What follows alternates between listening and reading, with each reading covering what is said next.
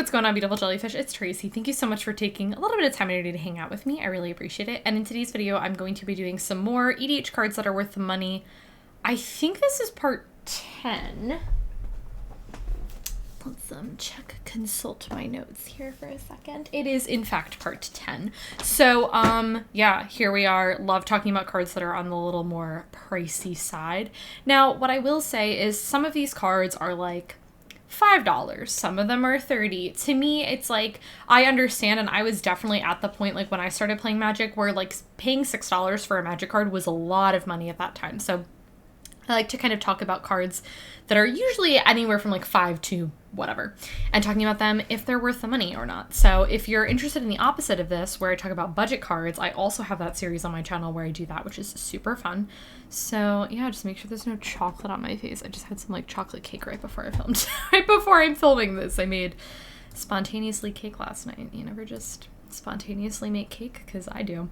Okay, all right, let's just jump into it with the first card, which is Shadowspear.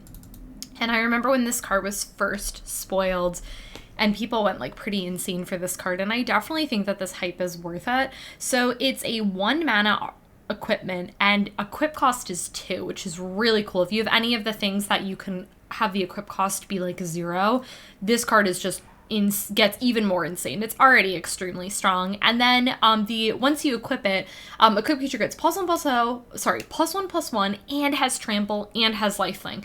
Even if you're not necessarily going for like a Voltron deck, though I do think that this really excels in Voltron decks. If you're going for things where you just really want to like punch with your commander really hard, and you're looking for just kind of like a little bit of like evasion, like making it a little bit harder for your opponents to block, this card is definitely one that I would invest in. It also has, for 1 mana, permanents your opponent's controls lose hexproof and indestructible until end of turn. I think as you are playing Commander, if you can make sure your things, or yourself or whatever, you can make your things hexproof and or indestructible, you're in an extremely great position in Commander. So if you can make, it says permanent, so if you can make your lands, your artifacts, your creatures, enchantments, whatever, indestructible, you're in a really good position. The fact that this card just says nope, and that way you can target their things with your destroying. So it's not only just the +1/+1, the trample, the lifelink, it's the making so you can remove things on your opponent's side of the board. That board that you just played affects your opponent's stuff as well, where previously it could not. Overall, I think this card is incredibly strong, definitely worth the money. It's a great card. Okay, oh my gosh, this card, Authority of the Consuls. This card is so incredibly cool, and I feel like it does a lot of things for 1 mana. So first off, it says creatures your opponents control enter the battlefield tapped. I like that it says opponents control, so it doesn't impact your things, which is incredibly good. And then whenever a creature enters the battlefield under an opponent's control, you gain a life. This does 2 things for the price of 1. If you think about it this way, it's like half a mana to do one thing and half a mana to do another. It's only 1 mana, which is so incredibly cool at early stages of the game. I think this card is incredibly cool. Definitely a really cool, like Death and Taxes-y kind of sort of card. I like it a lot. I think it's cool. Oh my goodness, this card is awesome. Unholy Grotto. This card has only ever been printed 2 times, but if you're playing if you're playing zombies in EDH, I would wholeheartedly recommend getting an Unholy Grotto. Personally, I don't own one because the Onslaught foil is very expensive. It's on my wish list. It's probably never gonna happen, but who knows? Maybe one day. This card is so cool. It adds colors to your pool, and then for 1 black mana, you can put target card from your graveyard on top of your library, or sorry, target zombie card. So you can only target your zombie things, so you're not going to be doing this with your instants and sorceries and things like that, but you can get your zombies back on top of your library, which is really awesome. This card is so incredibly cool. If you're playing Zombie Tribal, I would definitely recommend this card. Is on a little pricey side, but definitely worth it. It's a great card. Dragonlord Dromoka. So I was looking for cards for Reen. I was looking for a couple of creatures, and there's a couple cards I want to take out and exchange for a couple more things. And I was like, oh, let me just like check the price of Dragonlord Dromoka. And I was like, This card's expensive, but it's so incredibly cool. I think it's probably the most expensive Dragonlord card, if I'm remembering this correctly. So it's 6 mana for a 5/7, which is awesome, and it can't be countered. So like there's no countering this bad boy. And then it's got flying and it's got lifelink, so it's got that little bit of evasion, which is so incredibly cool. And your opponents can't cast spells during your turn. You're also paying green, so you're probably ramping out, and you're able to get this card off a little bit easier compared to other colors.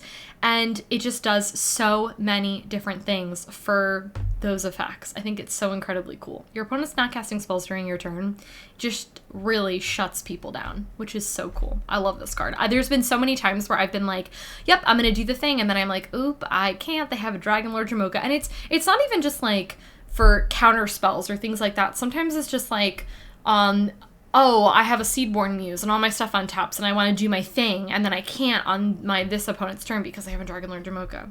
So cool. Card's awesome.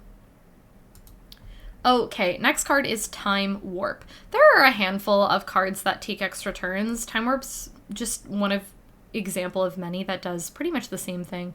It's 5 mana sorcery speed, target player takes an extra turn. There's really not a whole lot to say. It's an incredibly strong card. I think if you're playing blue, I would definitely, if you can, sneak one of these in. They're definitely a little bit on the pricey side, but it's really, really cool. Do you guys ever just like think about the fact that like Time Walk existed? Because sometimes I just think about the fact that like those cards existed. This current one that I'm looking on from beta is like $11,000, and that's heavily played. Someone has a near mint one for $22,000. I love how they tacked on like 70-cent shipping. Like, that's so funny. Why? But the also good news with Time Warp is that it's been printed like a handful of times, and it was just recently reprinted in Strixhaven, which is really cool. So you might be able to find one, maybe you're trading or something like that. Really cool card. Would definitely recommend running them. It's like once you just like take an extra turn, like after your regular turn, you're like, oh, this is really good. I want to do this all the time. Okay. Which actually reminds me, I need to pick one up for Riku. It's on my list. Okay, Quicksilver Amulet is the next card. I've just like always liked this card.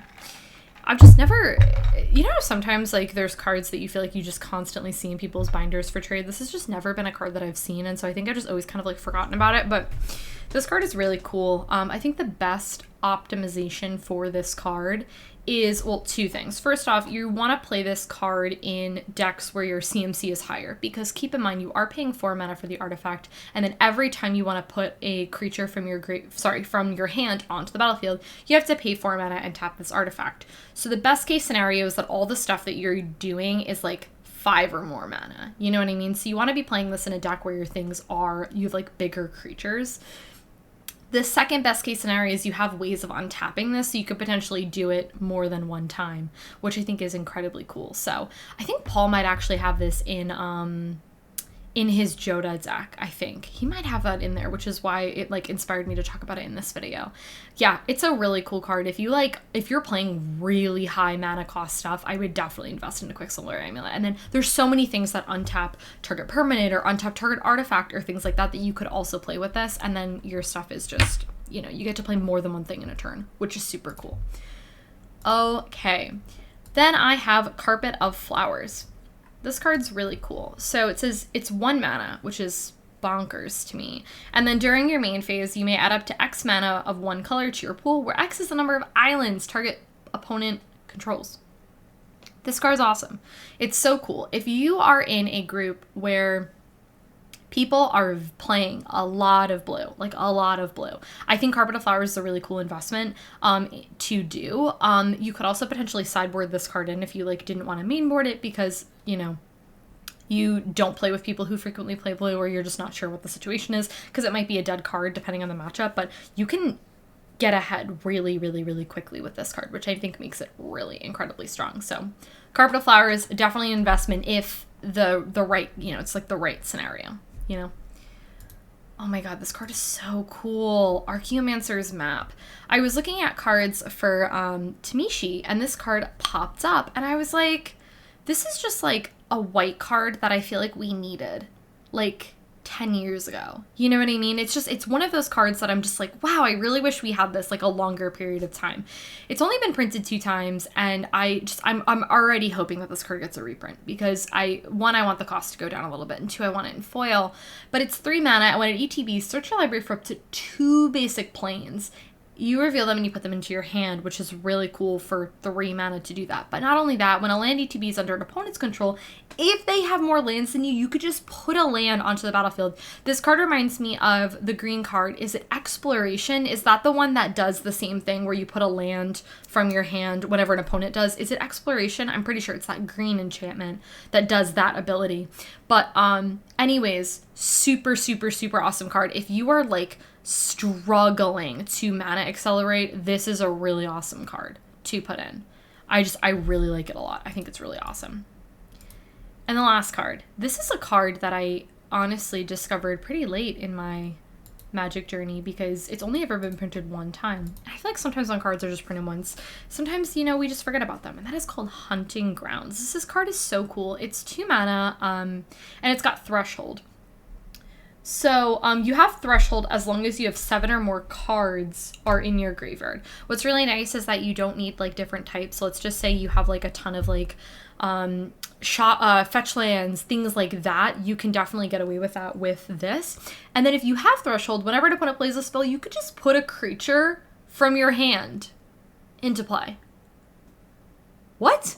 This is so incredibly cool. I'm considering putting this in, I don't know what I want to put this in. I want to put it in something. I just think it's really cool. I don't know if I quite have anything that fits it right now. Rain is a little bit hard because my stuff tends not to die, and I don't tend to have a large graveyard. But nonetheless, I think this card is so incredibly cool. If you're doing a lot of stuff where you have consistently stuff in your graveyard, like you have a ton of lands or you have like a ton of instants and all that kind of stuff, throw in a Hunting Grounds in there if you're running these colors. Getting to have a creature enter the battlefield for literal free is insane. This card is so incredibly cool. I feel like this card should be more expensive for what it is. Honestly, it's only like $13, which really isn't that bad for a card that does a lot. So yeah, guys, that is everything. Those are it for 10 cards that are worth the money. I'd really like to know what cards are pretty expensive, but cards that you think are worth it, and maybe they'll be featured in a part 2, or a part 11, I should say at this point. If you enjoyed this video, go ahead and give it a thumbs up. Subscribe to my channel if you're not already, and I'll catch you in my next one.